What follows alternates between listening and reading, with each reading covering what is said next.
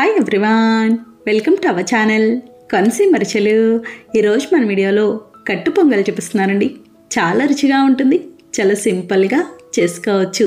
ఈ కొలతలతో ఈ విధంగా చేసి చూడండి, చాలా బాగా వస్తుంది. నోట్లో పెట్టుకుంటే వెన్నలా కరిగిపోతుంది. కట్టు పొంగలి మనకి ఎక్కువగా దసరా నవరాత్రుల్లోనూ ధనుర్మాసంలోనూ నైవేద్యంగా పెట్టడానికి చేస్తూ ఉంటారు. బ్రేక్ఫాస్ట్లా కూడా తినచ్చు. కట్టు పొంగలికి 1 కప్పు బియ్యం తీసుకున్నాను. ఇవి ఇంచుమించుగా 120 గ్రాముల వరకు ఉంటాయండి. అలాగే నేను సోనా మసూరి తీసుకున్నాను. మీరు కావాలి అనుకుంటే రేషన్ బియ్యం అయినా తీసుకోవచ్చు. 1 కప్పు బియ్యానికి అదే కప్పుతో 1 కప్పు పెసరపప్పు తీసుకోవాలి. 2 సమానంగా తీసుకుంటే పొంగలి చాలా బాగుంటుంది. ఇప్పుడు పెసరపప్పుని మీడియం ఫ్లేమ్లో వేయించుకోవాలి. ఇలా కలుపుతూ ఉండాలండి, సమానంగా వేగుతుంది, మాడకూడదు. ఇది పూర్తిగా ఎర్రగా వచ్చే వరకు అవసరం ఉండదు, లైట్గా వేగితే సరిపోతుంది. పూర్తిగా రంగు మారిందనుకోండి, పొంగల్ టేస్ట్ మారిపోతుంది.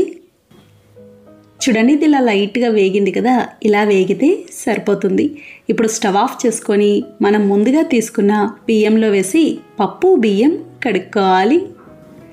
పప్పు ఇప్పుడే వేయించాం కదండి, కాస్త వేడిగా ఉంటుంది. కడుక్కునేటప్పుడు జాగ్రత్త, లేదంటే కాస్త చల్లారేకైనా కడుక్కోవచ్చు.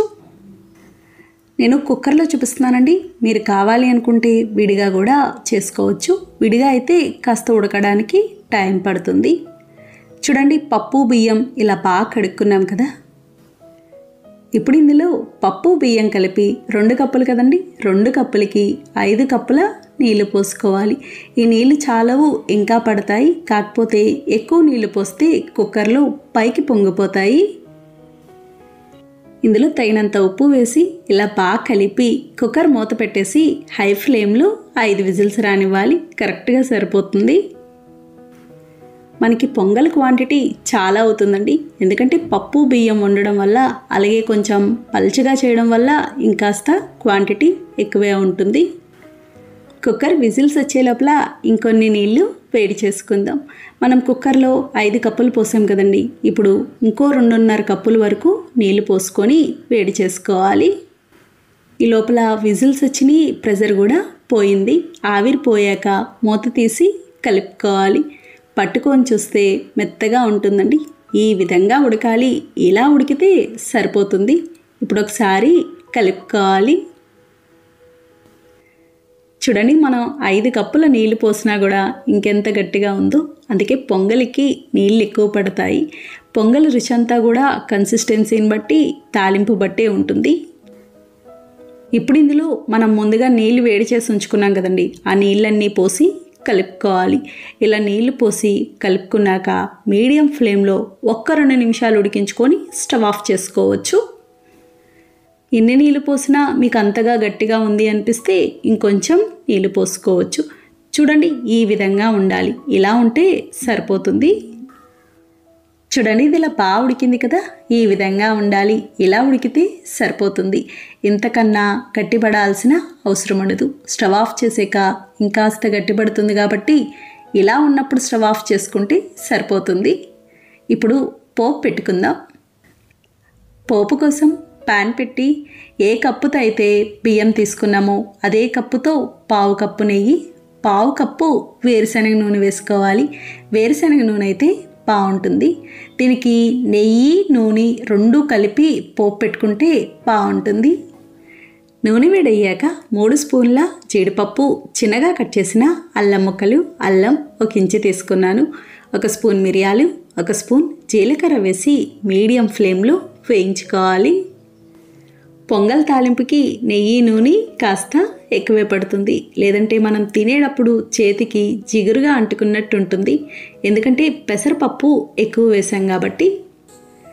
చూడండి, ఇలా సగం పైన వేగినాయి కదా, సగం పైన వేగాక చిన్నగా కట్ చేసిన పచ్చిమిర్చి ముక్కలు, పచ్చిమిర్చి 4 కాయలు, కొద్దిగా కరివేపాకు, 1/2 స్పూన్ ఇంగు వేసి కలుపుకోవాలి. ఇంకా మిగతా పోపు గింజలేమీ అవసరం ఉండదు. చూడండి, పోపు ఇలా వేగింది కదా, ఇలా వేగాక స్టవ్ ఆఫ్ చేసుకొని మనం ముందుగా చేసుకున్న పొంగల్లో వేసి కలుపుకోవాలి. చూడండి, ఎంత బాగుందో కదా. ఇలా ఉంటే పొంగల్ ఎంతైనా తినాలనిపిస్తుంది. నోట్లో పెట్టుకుంటే వెన్నలా కరిగిపోతుంది. ఇది ఇలా వేడి వేడిగా కొబ్బరి చట్నీతో కానీ సాంబార్తో కానీ తింటే భలే ఉంటుంది. చల్లారేక ఇంకాస్త గట్టిపడుతుంది. మీకు ఎంతసేపు ఉన్నా కూడా ఇదే విధంగా ఉంటుందండి. మరీ పొడి పొడిగా అయిపోవడం, బాగా గట్టిగా అయిపోవడం అస్సలు ఉండదు. ఇంతేనండి, కట్టు పొంగలి తయారైంది. చాలా చాలా బాగుంటుంది. చూసారు కదా ఫ్రెండ్స్, చాలా సులభంగా తయారు చేసుకున్నాం. చక్కెర పొంగల్ చూపిస్తున్నానండి. చాలా రుచిగా ఉంటుంది. చాలా సింపుల్గా చేసుకోవచ్చు. చక్కెర పొంగలికి 3/4 కప్పు బియ్యం తీసుకున్నానండి. నేను సోనా మసూరి తీసుకున్నాను. మీరు కావాలి అనుకుంటే రేషన్ బియ్యం అయినా తీసుకోవచ్చు. 3/4 కప్పు బియ్యానికి 1/2 కప్పు పెసరపప్పు వేసుకోవాలి. అంటే 2 కలిపి 1 కప్పు కరెక్ట్గా సరిపోతుంది. పెసరపప్పు ఎక్కువ వేశారనుకోండి, ఫస్ట్ ముద్దగా ఉన్న తర్వాత కొద్దిసేపటికి పొడి పొడిగా అయిపోతుంది. చూడండి, పప్పు బియ్యంలో బాగా కడుక్కున్నాం కదా, ఇంకా ఇవి నానబెట్టాల్సిన అవసరం ఉండదు. ఇప్పుడు నీళ్లు కొలుచుకుందాం. పప్పు బియ్యం కలిపి 1 కప్పు కదండి, అదే కప్పుతో 4.5 కప్పుల నీళ్లు పోసుకోవాలి. కరెక్ట్గా సరిపోతాయి. నీళ్లు మరగాలి. చూడండి, నీళ్ళు ఇలా మరిగినాయి కదా. ఇప్పుడు మీడియం ఫ్లేమ్లో పెట్టి మనం ముందుగా కడిగి ఉంచుకున్న పప్పు బియ్యం వేసి ఉడికించుకోవాలి. త్వరగానే ఉడుకుతుందండి, పెద్ద టైం పట్టదు. మనకి అన్నం ఉడకడానికి ఎంత టైం పడుతుందో అంతే టైం. అలాగే చక్కెర పొంగలి కుక్కర్లో కూడా చేసుకోవచ్చు. కానీ కుక్కర్లో కంటే కూడా ఇలా విడిగా చేసిన చక్కెర పొంగలి బాగుంటుంది. మీకు పొడిగా అవ్వదు. చక్కెర పొంగల్ ఒకటి, పరవన్నం, ఇవి 2 కూడా విడిగా చేస్తేనే ఎక్కువ రుచి ఉంటుంది. మధ్య మధ్యలో కలుపుతూ ఉండాలి, అడుగంటకుండా ఉంటుంది. అలాగే మీకు ఒకవేళ నీళ్లు తక్కువైనవి, అన్నం సరిగ్గా ఉడకలేదు అనుకుంటే ఇంకొక 1/2 కప్పు వరకు వేసుకోవచ్చు. అంటే ఒక్కొక్కసారి బియ్యం బట్టి ఉంటుంది కదండి. కొత్త బియ్యం అనుకోండి త్వరగా ఉడుకుతుంది, పాత బియ్యం అయితే ఉడకడానికి కాస్త టైం పడుతుంది. చూడండి, ఇది ఇలా బాగా ఉడికింది కదా, ఈ విధంగా ఉండాలి. పట్టుకొని చూస్తే మెత్తగా ఉంటుంది. ఇంతకన్నా మరీ మెత్తగా కూడా ఉండకూడదు. ఇలా ఉడికాక పప్పు బియ్యం కలిపి 1 కప్పు కదా, 1 కప్పుకి 1.5 కప్పు పంచదార వేసుకోవాలి. తీపి కరెక్ట్గా సరిపోతుంది. అలాగే 4 యాలకులు వేసి కలుపుకోవాలి. పంచదార వేసాక మళ్ళీ పలచబడినట్టు అవుతుంది. అదంతా దగ్గర పడే వరకు మీడియం ఫ్లేమ్లో ఉడికించుకోవాలి. మంట మాత్రం పెంచకూడదు. ఇలా చిన్న మంట మీద ఉడికించుకుంటేనే పాకం బాగా వచ్చి చక్కెర పొంగలి బాగుంటుంది. ఇది దగ్గర పడేంత వరకు కూడా మధ్య మధ్యలో కలుపుతూ ఉండాలి. అలాగే కొంతమంది బెల్లం కూడా వేసుకుంటారండి. మేమైతే బెల్లం వేయము, ఎక్కువ పంచదార వేసి చేస్తాము. ఒకవేళ మీరు బెల్లం వేసుకోవాలి అనుకుంటే 1.75 కప్పుల బెల్లం వేసుకుంటే సరిపోతుంది. అలాగే కొంతమంది పంచదార బెల్లం కలిపి కూడా వేస్తారు.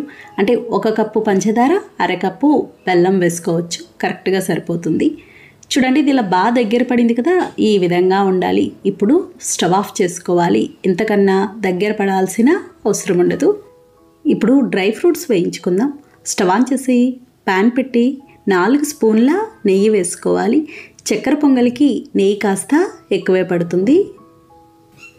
నెయ్యి వేడయ్యాక చిన్నగా కట్ చేసిన ఎండు కొబ్బరి ముక్కలు 3 స్పూన్లు, ఇవి కొంచెం వేగాక మిగతాయి వేసుకోవచ్చు. అలాగే చక్కెర పొంగలికి ఖచ్చితంగా ఎండు కొబ్బరి ముక్కలు వేసుకోవాలి. చూడండి, ఇవి ఇలా వేగినాయి కదా, ఇలా లైట్గా వేగాక జీడిపప్పు, కిస్మిస్ వేసి వేయించుకోవాలి. ఇప్పుడు అన్నీ సమానంగా వేగుతాయి. చూడండి, ఇవి ఇలా వేగినాయి కదా, ఈ రంగు వస్తే సరిపోతుంది. ఇప్పుడు స్టవ్ ఆఫ్ చేసుకోవాలి. స్టవ్ ఆఫ్ చేసుకొని మనం ముందుగా చేసుకున్న చక్కెర పొంగల్లో వేసి కలుపుకోవాలి. అలాగే మీరు చక్కెర పొంగలి ఎక్కువ మొత్తంలో చేశారనుకోండి, అప్పుడు ఒక చిటికెడు పచ్చికర్పూరం వేసుకోవచ్చు. ఇలా కొంచెం చేసినప్పుడు వేస్తే దాని ఫ్లేవర్ చాలా స్ట్రాంగ్గా ఉంటుందండి, ఘాటు ఎక్కువగా ఉంటుంది. చూడండి, ఇలా బాగా కలుపుకున్నాం కదా, ఇంతేనండి, చక్కెర పొంగలి తయారైంది. చాలా చాలా బాగుంటుంది. మీకు ఎంతసేపు ఉన్నా కూడా ఇలానే ఉంటుందండి, మరీ పొడి పొడిగా అవ్వదు. కొబ్బరి అన్నం చూపిస్తున్నానండి. చాలా రుచిగా ఉంటుంది. చాలా సింపుల్గా చేసుకోవచ్చు. కొబ్బరి అన్నానికి అన్నాన్ని ఇలా పొడి పొడిగా ఉడికించుకోవాలి. నేను ఈ కప్పుతో 4 కప్పుల ఉడికించుకున్న అన్నం తీసుకున్నాను. మీరు చిన్న కప్పు అయినా పెద్ద కప్పు అయినా ఏ కప్పుతో అయినా తీసుకోవచ్చు. 4 కప్పుల అన్నానికి అదే కప్పుతో 1 కప్పు పచ్చి కొబ్బరి తురుము తీసుకోవాలి, కరెక్ట్గా సరిపోతుంది. నేను కొబ్బరి కోరుకున్నానండి, లేదా మీరు మిక్సీలో అయినా మిక్సీ పట్టుకోవచ్చు. స్టవ్ ఆన్ చేసి పాన్ పెట్టి నూనె వేసుకోవాలి. ఇది వేరుశనగ నూనె. నూనె వేడయ్యాక 3 స్పూన్ల వేరుశనగ గుళ్ళు వేసి మీడియం ఫ్లేమ్లో వేయించుకోవాలి. ఇవి వేగడానికి కాస్త టైం పడతాయి, అందుకని కొంచెం ఇవి వేగిన తర్వాత మిగతాయి వేసుకోవచ్చు. చూడండి, వేరుశనగ గుళ్ళు ఇలా వేగినాయి కదా. ఇలా వేగాక 2 స్పూన్ల జీడిపప్పు, స్పూనున్నర శనగపప్పు, స్పూనున్నర మినప్పప్పు, 1/2 స్పూన్ జీలకర్ర, 1/2 స్పూన్ ఆవాలు వేసి వేయించుకోవాలి. చూడండి, పోపు ఇలా వేగింది కదా. ఇలా వేగితే సరిపోతుంది. ఇప్పుడు ఇందులో ఎండుమిర్చి ముక్కలు, ఎండుమిర్చి 4 కాయలు, పచ్చిమిర్చి ముక్కలు, పచ్చిమిర్చి 5 కాయలు, కొద్దిగా కరివేపాకు, 1/2 స్పూన్ ఇంగు వేసి కలుపుకోవాలి. కొబ్బరి అన్నం మనకి కొంచెం కారంగా ఉంటేనే బాగుంటుంది. చూడండి, పోపు అంతా ఇలా వేగింది కదా. ఇలా వేగితే సరిపోతుంది. ఇప్పుడు ఇందులో మనం ముందుగా తీసుకున్న పచ్చి కొబ్బరి తురుము వేసి మీడియం ఫ్లేమ్లో పచ్చివాసన పోయే వరకు 1-2 నిమిషాలు అలా వేయించుకుంటే సరిపోతుంది. ఇది మరీ ఎక్కువసేపు రంగు మారేంత వరకు అవసరం ఉండదండి, లైట్గా వేగితే సరిపోతుంది. చూడండి, ఇది ఇలా బాగా వేగింది కదా. ఈ విధంగా ఉండాలి. ఇంతకన్నా ఎర్రగా వచ్చే వరకు వేగాల్సిన అవసరం ఉండదు. ఇప్పుడు ఇందులో 1/2 స్పూన్ మిరియాల పొడి, తగినంత ఉప్పు వేసి కలుపుకోవాలి. కొబ్బరి అన్నానికి ఖచ్చితంగా మిరియాల పొడి వేసుకోవాలి.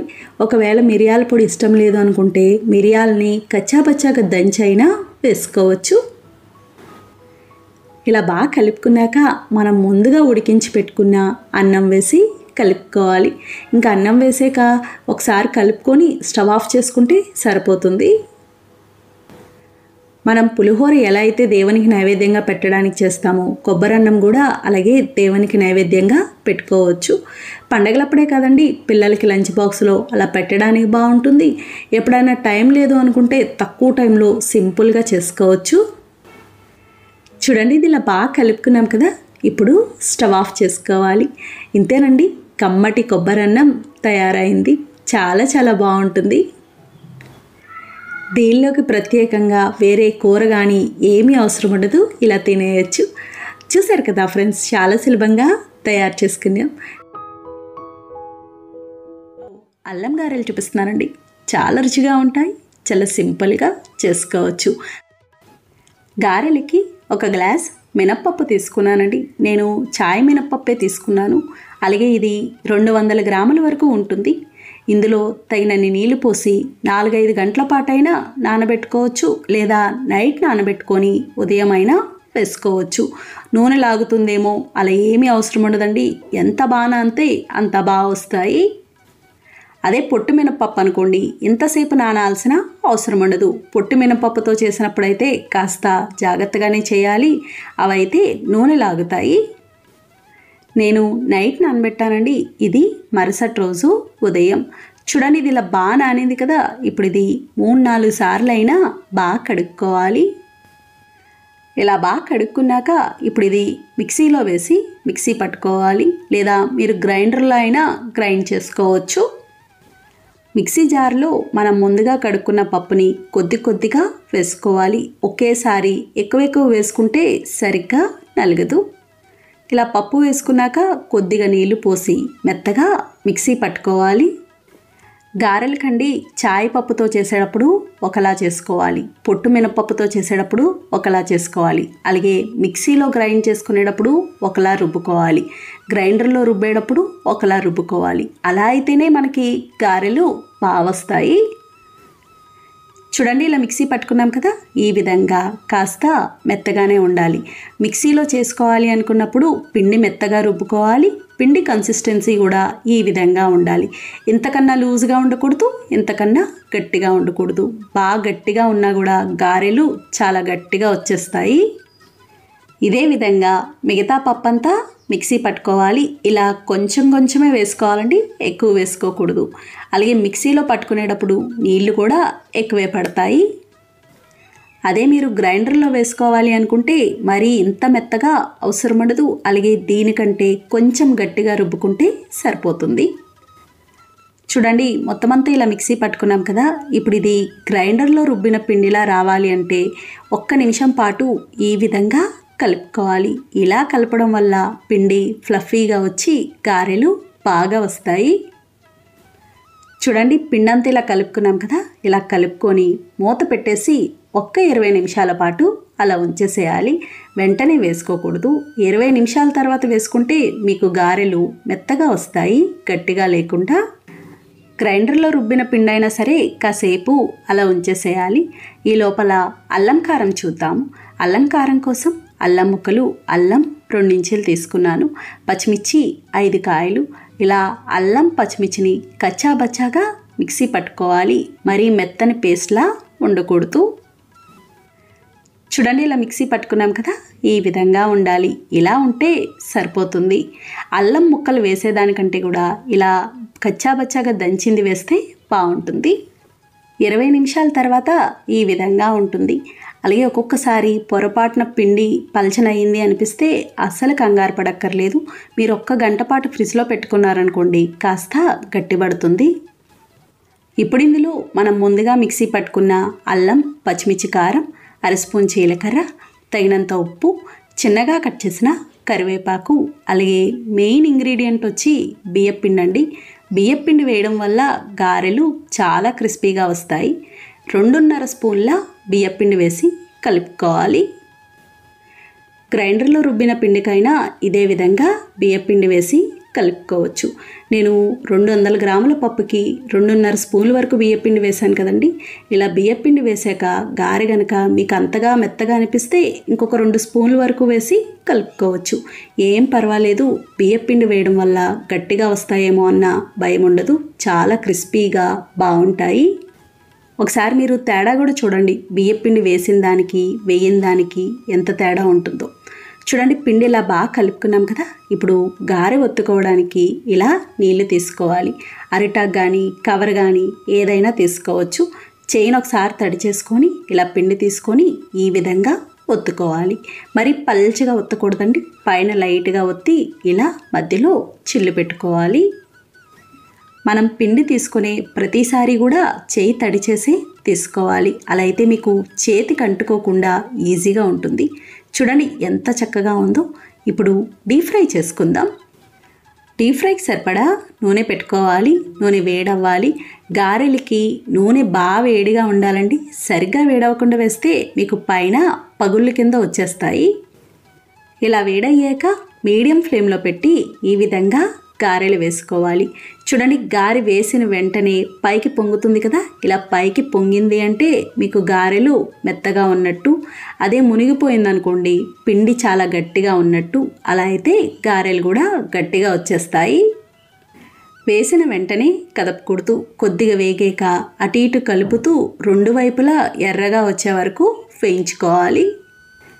నూనె సరిగ్గా వేడవకుండా వేస్తే ఇవి చాలా నూనె లాగేస్తాయండి. ఎందుకంటే ఎక్కువసేపు వేగుతాయి కదా, అందువల్ల. చూడండి ఇవి ఇలా వేగినాయి కదా, ఈ రంగు వస్తే సరిపోతుంది. నూనె కూడా కాస్త నొరగ తగ్గింది. ఇప్పుడు ఇవి ప్లేట్లోకి తీసుకోవాలి. ఇదే విధంగా అన్ని గారెలు వేసుకోవాలి. చూడండి మీకు చూస్తే అర్థమవుతుంది కదా క్రిస్పీగా ఉన్నట్టు. అలాగే మీరు ఒకవేళ పొట్టు మినపప్పుతో గారెలు వేసుకోవాలి అనుకుంటే పొట్టు మినపప్పు ఎక్కువసేపు నానబెట్టాల్సిన అవసరం ఉండదు. అలాగే అది పప్పు అంతా ఒకేసారి గ్రైండ్ చేసుకోకూడదండి. ఒక 3 వాయిలు 4 వాయిలకి సరిపడా గ్రైండ్ చేసుకోవాలి. మిగతాది మళ్ళీ గ్రైండ్ చేసుకోవాలి. ఒకేసారి గ్రైండ్ చేసుకుంటే గారెలు నూనె లాగేస్తాయి. పిండి కూడా ఇంత మెత్తగా రుబ్బుకోకూడదు. దానికైతే బియ్యపిండి వేయాల్సిన అవసరం కూడా ఉండదండి. ఎలైనా పొట్టు మినపప్పుతో చేసిన గారెలు చాలా క్రిస్పీగా ఉంటాయి. టేస్ట్ కూడా దీనికంటే బాగుంటుంది. చూడండి అన్నీ ఇలా వేయించుకున్నాం కదా. ఇంతేనండి అల్లం గారెలు తయారైనవి. చాలా చాలా బాగుంటాయి. ఇవి ఇలా ఉట్టిగా తినచ్చు, లేదా అల్లం పచ్చడితో కానీ కొబ్బరి చట్నీతో కానీ తింటే బాగుంటుంది.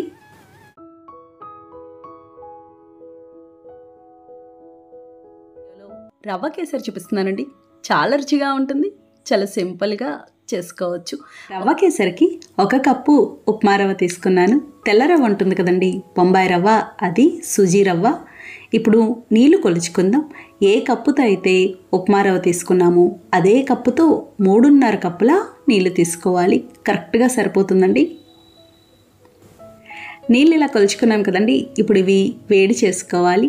నీళ్ళు వేడయ్యే లోపల రవ్వ వేయించుకుందాం.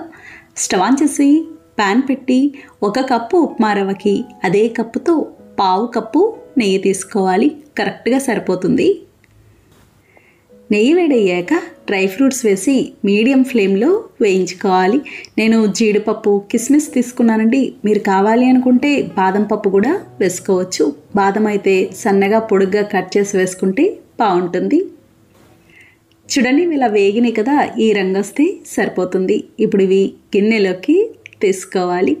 ఇప్పుడు అదే నేతిలో మనం ముందుగా తీసుకున్న ఉప్మా రవ్వ వేసి లో ఫ్లేమ్లో త్వరగా వేయించుకోవాలి.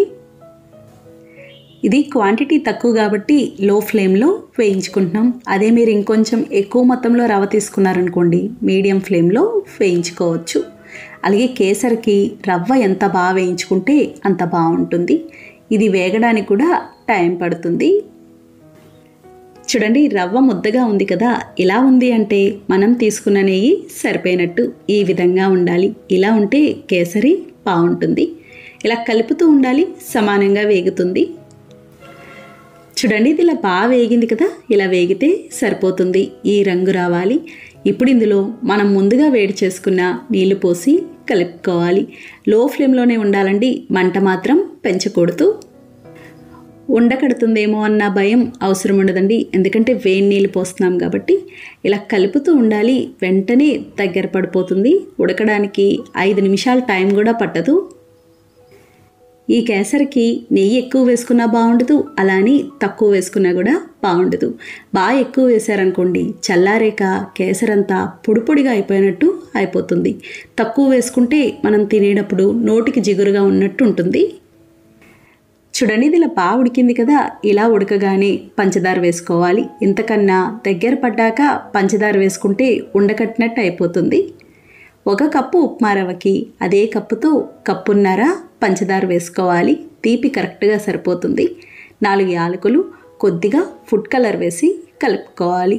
కలర్ వద్దు అనుకుంటే మానేయచ్చండి. నేను వీడియో కాబట్టి కలర్ కోసమే వేశాను. పంచదార వేసాక కొద్దిగా పలచబడినట్టు అవుతుంది. మళ్ళీ ఇది దగ్గర పడే వరకు ఉడికించుకోవాలి. మంట పెంచకూడదండి, లో ఫ్లేమ్లోనే ఉడికించుకోవాలి. చూడండి, ఇది ఇలా పల్చగా ఉంటుంది. మధ్య మధ్యలో కలుపుతూ ఉండాలి, అడుగంటకుండా ఉంటుంది. కొద్దిగా దగ్గర పడుతూ ఉంది. ఈ విధంగా ఉండాలండి. ఇంతకన్నా దగ్గర పడే వరకు ఉడికించకూడదు. ఇలా రాగానే స్టవ్ ఆఫ్ చేసుకోవాలి. ఎందుకంటే చల్లారేక ఇంకాస్త గట్టిపడుతుంది కాబట్టి ఇలా ఉన్నప్పుడు స్టవ్ ఆఫ్ చేసుకుంటే సరిపోతుంది. స్టవ్ ఆఫ్ చేసుకున్నాక మనం ముందుగా వేయించుకున్న డ్రై ఫ్రూట్స్ వేసి కలుపుకోవాలి. ఇంతేనండి, రవ్వ కేసరి తయారైంది. చాలా చాలా బాగుంటుంది. నోట్లో పెట్టుకుంటే వెన్నలా కరిగిపోతుంది. ఇది మనకి 2 రోజులు నిల్వ కూడా ఉంటుందండి, అస్సలు పాడవదు. అలాగే కొంతమంది ఈ రవ్వ కేసరి నీళ్ళకు బదులుగా పాలుతో కూడా చేస్తారు, కానీ పాలుతో చేసినది త్వరగా పాడవుతుంది.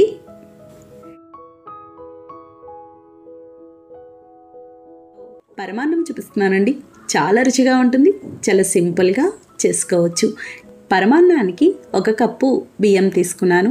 నేను సోనా మసూరియా తీసుకున్నానండి. మీరు కావాలి అనుకుంటే రేషన్ బియ్యంతో కూడా చేసుకోవచ్చు. ఏదైనా కూడా బాగా వస్తుంది. అలాగే పరమాన్నం మనం చిన్న కప్పుతో చేసినా కూడా క్వాంటిటీ చాలా అవుతుంది. చూడండి, బియ్యాన్ని ఇలా బాగా కడుక్కున్నాం కదా, ఇంకా బియ్యం నానబెట్టడం అలా ఏమీ అవసరం ఉండదండి. ఇప్పుడు పాలు కొలుచుకుందాం. మనం ఏ కప్పుతో అయితే బియ్యం తీసుకున్నామో అదే కప్పుతో 7 కప్పుల పాలు పోసుకోవాలి. కరెక్ట్గా సరిపోతాయి. ఇవి నీళ్ళు కలిపిన పాలేనండి. చూస్తేనే అర్థమవుతుంది కదా, కొంచెం పల్చగా ఉన్నాయి. అందుకే నేను ఇంకా నీళ్ళేమీ పోయట్లేదు, అచ్చంగా పాలు తీసుకున్నాను. ఒకవేళ మీరు బాగా చిక్కటి పాలు తీసుకున్నారనుకోండి, 5 కప్పుల పాలు 2 కప్పుల నీళ్ళు పోసుకోవచ్చు. అలాగే పాలు బాగా చిక్కగా ఉన్నాయనుకోండి, పరమాన్నం ఉడకడానికి కాస్త టైం పడుతుంది. చూడండి, పాలు ఇలా కాగినాయి కదా, ఇప్పుడు మీడియం ఫ్లేమ్లో పెట్టి మనం ముందుగా కడిగి ఉంచుకున్న బియ్యం వేసి కలుపుకోవాలి. అలాగే కొంతమంది కుక్కర్లో చేస్తారండి, కానీ కుక్కర్లో చేసిన పరమాన్నం అంత రుచి ఉండదు. ఇలా విడిగా చేసినది చాలా బాగుంటుంది. ఎందుకంటే పాలల్లో ఎక్కువసేపు ఉడుకుతుంది కదా, క్రీమీగా ఉన్నట్టు ఉంటుంది. మధ్య మధ్యలో కలుపుతూ ఉండాలి, సమానంగా ఉడుకుతుంది అడగంటకుండా. అలాగే మీకు ఆవు పాలు దొరికితే గనక ఆవు పాలతో చేసి చూడండి. ఆవు పాలతో ఇలా ఇత్తడి గిన్నెలో చేసిన పరమాన్నం చాలా బాగుంటుంది. వీలైతే ట్రై చేసి చూడండి. మనకి పరమాన్నం ఉడకడానికి బియ్యాన్ని బట్టి ఉంటుందండి. కొత్త బియ్యం అనుకోండి కాస్త త్వరగా ఉడుకుతుంది, పాత బియ్యం అయితే ఉడకడానికి టైం పడుతుంది. పరమాన్నం అనే కాదండి, అన్నమైనా సరే అంతే. చూడండి, ఇది ఇలా బాగా ఉడికింది కదా, దగ్గర పడినట్టు అవుతుంది. ఇప్పుడు ఒకసారి చూద్దాము. పట్టుకొని చూస్తే ఇలా మెత్తగా ఉంటుంది.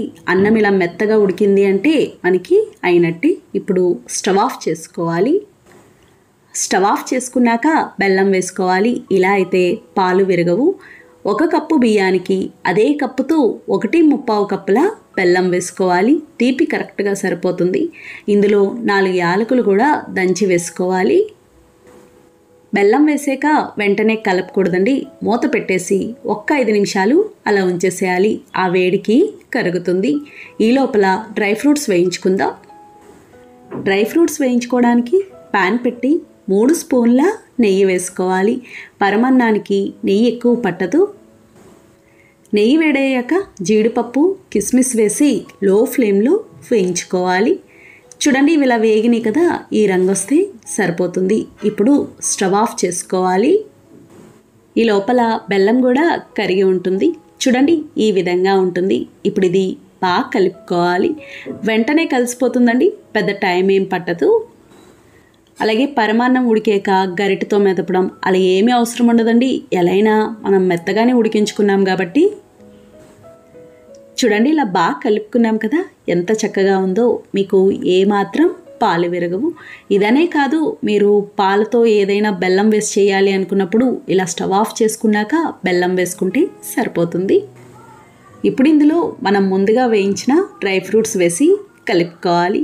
ఇంతేనండి, పరమాన్నం తయారైంది. చాలా చాలా బాగుంటుంది. ఈ విధంగా ఉండాలండి. ఇంతకన్నా పల్చగా ఉండకూడదు, ఇంతకన్నా గట్టిగా ఉండకూడదు. బాగా పల్చగా ఉన్నా కూడా అంత బాగుండదు.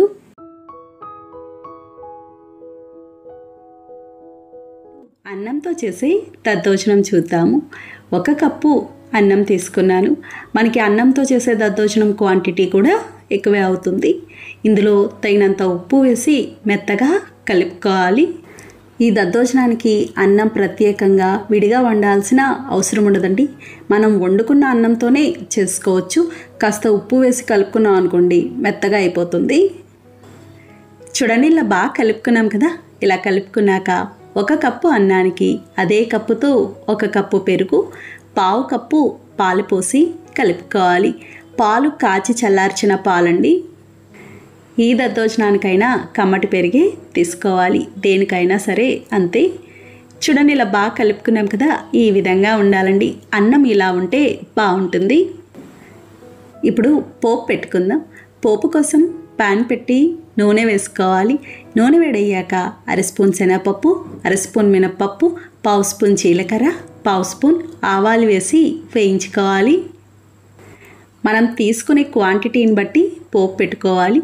చూడండి, పోపు ఇలా వేగింది కదా. ఇలా వేగాక చిన్నగా కట్ చేసిన పచ్చిమిర్చి ముక్కలు, పచ్చిమిర్చి 1 కాయ, ఎండుమిర్చి ముక్కలు, ఎండుమిర్చి 1 కాయ, చిన్నగా కట్ చేసిన అల్లం ముక్కలు, 1/2 స్పూన్ మిరియాలు, కొద్దిగా కరివేపాకు వేసి వేయించుకోవాలి. చూడండి, పోపు ఇలా వేగింది కదా. ఇలా వేగాక స్టవ్ ఆఫ్ చేసుకోవాలి. ఇప్పుడు ఇది మనం ముందుగా కలిపి ఉంచుకున్న అన్నంలో వేసి కలుపుకోవాలి. అలాగే మనకి ఏ దద్దోజనం అయినా సరే కాస్త ఘాటుగా ఉంటేనే బాగుంటుంది. మనకి అల్లం మిరియం ఘాటు తెలియాలి, అలా ఉంటే దద్దోజనం చాలా చాలా బాగుంటుంది. చూడండి, ఇలా బాగా కలుపుకున్నాం కదా. ఇంతేనండి, దద్దోజనం తయారైంది. చాలా చాలా బాగుంటుంది. అన్నం ఇంతకన్నా మెత్తగా ఉండకూడదండి. బాగా మెత్తగా ఉందనుకోండి, పేస్ట్లా ఉన్నట్టు ఉంటుంది. కదమ్మని చూపిస్తున్నానండి, చాలా రుచిగా ఉంటుంది. చాలా సింపుల్గా చేసుకోవచ్చు, సింపుల్గా అయిపోతుంది. కదంబానికి చిన్న కప్పుతో 1 కప్పు బియ్యం తీసుకున్నాను. ఇవి 110 గ్రాములు ఉన్నాయండి. 1 కప్పు బియ్యానికి అదే కప్పుతో 1/2 కప్పు కందిపప్పు తీసుకోవాలి, కరెక్ట్గా సరిపోతుంది. ఇది గ్రాముల్లో చూసుకుంటే 100 గ్రాముల కందిపప్పు. ఇప్పుడు పప్పు బియ్యం బాగా కడుక్కోవాలి. ఇలా కడుక్కున్నాక మనం పప్పు బియ్యం తీసుకున్న కప్పుతోనే అదే కప్పుతో 4 కప్పుల నీళ్లు పోసుకోవాలి, కరెక్ట్గా సరిపోతాయి. ఇందులో కొంచెం పసుపు, తగినంత ఉప్పు వేసుకోవాలి. మనం అన్నానికి సరిపడా వేసుకుంటే సరిపోతుంది, మళ్ళీ కూరగాయ ముక్కల్లో వేసుకుంటాం కాబట్టి. ఇలా బాగా కలుపుకొని కుక్కర్ మూత పెట్టేసి హై ఫ్లేమ్లో 4 విజిల్స్ రానివ్వాలి, కరెక్ట్గా సరిపోతాయి. ఇది ఉడికే లోపల కూరగాయ ముక్కలు ఉడికించుకుందాం. కూరగుమ్మడికాయ ముక్కలు 10 తీసుకున్నానండి, ఆనపకాయ ముక్కలు 10. ఆనపకాయ అంటే సొరకాయ అంటారు కదా అది. క్యారెట్ ముక్కలు 1 క్యారెట్ తీసుకున్నాను. చిలకడ దుంప ముక్కలు 1 చిలకడ దుంప. బెండకాయ ముక్కలు బెండకాయలు 3 తీసుకున్నాను. వంకాయ ముక్కలు వంకాయ 1. టమాటో ముక్కలు మీడియం సైజ్ టమాటో 1. ఇలా కూరగాయ ముక్కలన్నీ వేసి పెద్ద గ్లాస్తో 2 గ్లాసుల నీళ్లు పోసుకోవాలి. ఇప్పుడు ఇందులో కొంచెం పసుపు, తగినంత ఉప్పు వేసి కలుపుకోవాలి. ఇలా బాగా కలిపి మీడియం ఫ్లేమ్లో మూత పెట్టేసి ఉడికించుకోవాలి. కూరగాయ ముక్కలు ఇలా ఉడికేటప్పుడు ఉప్పు వేసుకుంటే ముక్కలు చప్పగా లేకుండా ఉంటాయి. మధ్య మధ్యలో మూత తీసి కలుపుతూ ఉండాలి, సమానంగా ఉడుకుతాయి. మనం తీసుకున్న కూరగాయ ముక్కలన్నీ కూడా త్వరగా ఉడికేయానండి, ఏది కూడా టైం పట్టదు. ఈ కూరగాయలనే కాదు, మీకు నచ్చినవి ఏవైనా తీసుకోవచ్చు. ఉల్లి వెల్లుల్లి తప్ప అన్నీ వేసుకుంటారు. చూడండి, ఇవి ఇలా బాగా ఉడికినాయి కదా, ఈ విధంగా ఉడకాలి. అన్నీ కూడా సమానంగా ఉడికినాయి. కూరగాయ ముక్కలన్నీ ఇలా బాగా ఉడికేక పులుపుకు సరిపడినంత చింతపండు రసం వేసుకోవాలి. నేను చిన్న నిమ్మకాయ సైజ్ అంత చింతపండుని నానబెట్టి రసం తీసుకున్నాను. అలాగే ఒకేసారి మొత్తం వేసుకోకూడదండి, ముందు సగం వేసుకొని అంతగా పులుపు తక్కువ ఉంది అనుకుంటే తర్వాత చూసి వేసుకోవచ్చు. మరీ పుల్లగా ఉన్నా కూడా అంత బాగుండదు. అలాగే 1 స్పూన్ బెల్లం వేయడం వల్ల చాలా రుచిగా ఉంటుంది. 1/2 స్పూన్ కారం, 1 స్పూన్ సాంబార్ పొడి, ఇంకొక అర గ్లాస్ వరకు నీళ్లు పోసి కలుపుకోవాలి. ఇలా బాగా కలిపి మీడియం ఫ్లేమ్లో 4 నిమిషాల పాటు ఉడికించుకోవాలి. నీళ్లు గనక తక్కువైతే చూసి వేసుకోవచ్చు, నీళ్ళకి కొలతేముండదు. చూడండి, 4 నిమిషాల తర్వాత ఈ విధంగా ఉంటుంది. ఇలా బాగా ఉడికింది కదా, ఈ లోపల మనం ముందుగా ఉడికించుకున్న అన్నం కూడా బాగా ఉడికిందండి. ఇదొకసారి చూద్దాము. చూడండి ఎంత చక్కగా ఉడికిందో. ఈ విధంగా ఉండాలి, ఇలా ఉంటే అన్నం బాగుంటుంది. ఇది మరీ మెత్తగా మరీ గట్టిగా కూడా ఉండకూడదు, ఇలా సమానంగా ఉండాలి. ఇప్పుడు ఇది ఒకసారి ఈ విధంగా లైట్గా మెదుపుకోవాలి, పూర్తిగా మెదపకూడదండి, ఎందుకంటే మరీ మెత్తగా ఉన్నా కూడా బాగుండదు. ఇలా కొద్దిగా మెదుపుకుంటే సరిపోతుంది. ఇప్పుడు ఇది మనం ముందుగా ఉడికించుకుంటున్న సాంబార్లో వేసి కలుపుకోవాలి. ఇలా బాగా కలుపుకొని మీడియం ఫ్లేమ్లో 3 నిమిషాలు ఉడికించుకుంటే సరిపోతుంది. అలాగే మీకు ఇలా అన్నం వేసాక బాగా గట్టిగా అనిపిస్తే ఇంకొంచెం నీళ్లు పోసుకోవచ్చు. దీనికి పచ్చిమిర్చి అవసరం ఉండదండి, మనం కారం సాంబార్ పొడి వేసాం కదా, ఆ కారం సరిపోతుంది. చూడండి, ఈ విధంగా ఉండాలి, ఇంతకన్నా లూజ్గా అవసరం ఉండదు. 3 నిమిషాల తర్వాత ఈ విధంగా ఉంటుంది, ఇంకొంచెం చిక్కబడినట్టు ఉంటుంది. ఇలా ఉడికితే సరిపోతుంది, ఇంతకన్నా లూజ్గా ఉండకూడదు, ఇంతకన్నా గట్టిగా ఉండకూడదు. చూడండి ఎంత చక్కగా ఉందో. అన్నం కూడా ఇలా ఉండాలి, మరీ మెత్తగా ఉన్నా కూడా అంత బాగుండదు. ఇప్పుడు స్టవ్ ఆఫ్ చేసుకోవాలి, పోపు పెట్టుకుందాం. పోపు కోసం స్టవ్ ఆన్ చేసి ప్యాన్ పెట్టి 1 స్పూన్ నెయ్యి వేసుకోవాలి. నెయ్యితో పాటుగా కొంచెం నూనె కూడా వేసుకోవాలి.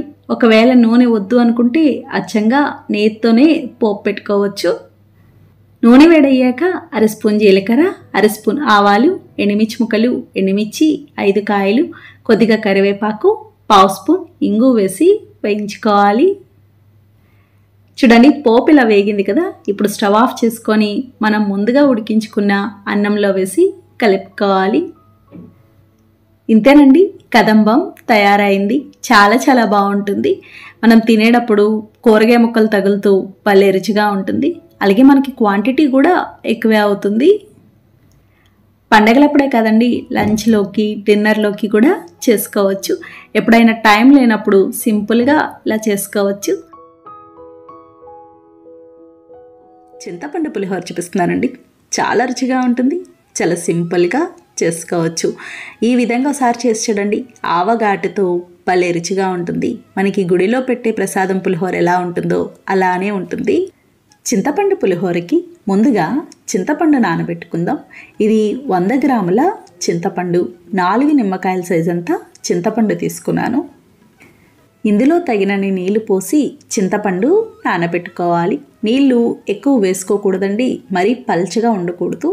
అంతగా అవసరమైతే తర్వాత చూసి వేసుకోవచ్చు. చింతపండు నానడానికి కాస్త టైం పడుతుంది, గంట పైనే టైం పడుతుందండి. నేనైతే గంటన్నర నానబెట్టాను. గంటన్నర తర్వాత ఈ విధంగా ఉంటుంది. ఇప్పుడు ఇది ఇలా బాగా కలుపుకోవాలి. కలుపుకున్నాక పిప్పి మొత్తం తీసేసుకోవాలి. వేడి నీళ్ళు పోయాల్సిన అవసరం కూడా ఉండదండి, మామూలు నీళ్ళే. అలాగే మీకు ఇలా పిప్పి తీయడం కష్టంగా ఉంది అనుకుంటే ఏదైనా చిల్లుల గిన్నెలోకి వేసైనా తీసుకోవచ్చు. చూడండి, మొత్తం అంతా ఇలా తీసుకున్నాం కదా. ఇప్పుడు ఇందులో ఇంకొన్ని నీళ్లు పోసి కలిపి రసం తీసుకోవచ్చు. మనం చింతపండు తెల్లగా వచ్చే వరకు రసం తీసుకోవచ్చండి. అందుకని ముందు నానబెట్టుకునేటప్పుడే ఎక్కువ నీళ్లు పోసుకోకూడదు, అలా అయితే పల్చగా అయిపోతుంది. బాగా పల్చగా ఉంది అంటే ఉడకడానికి టైం పడుతుంది. చూడండి, మొత్తం ఇలా తీసుకున్నాం కదా, ఈ విధంగా ఉండాలి. ఇలా కాస్త చిక్కగా ఉందనుకోండి, పులుసు త్వరగా ఉడుకుతుంది. ఇప్పుడు ఇది ఉడికించుకుందాం. స్టవ్ ఆన్ చేసి ప్యాన్ పెట్టి నూనె వేసుకోవాలి. ఇది వేరుశనగ నూనె అండి. వేరుశనగ నూనె అయితే బాగుంటుంది. అలాగే పులిహోర పులుసుకి నూనె కూడా ఎక్కువే పడుతుంది. నూనె వేడయ్యాక 5 స్పూన్ల వేరుశనగ గుళ్ళు వేసి మీడియం ఫ్లేమ్లో వేయించుకోవాలి.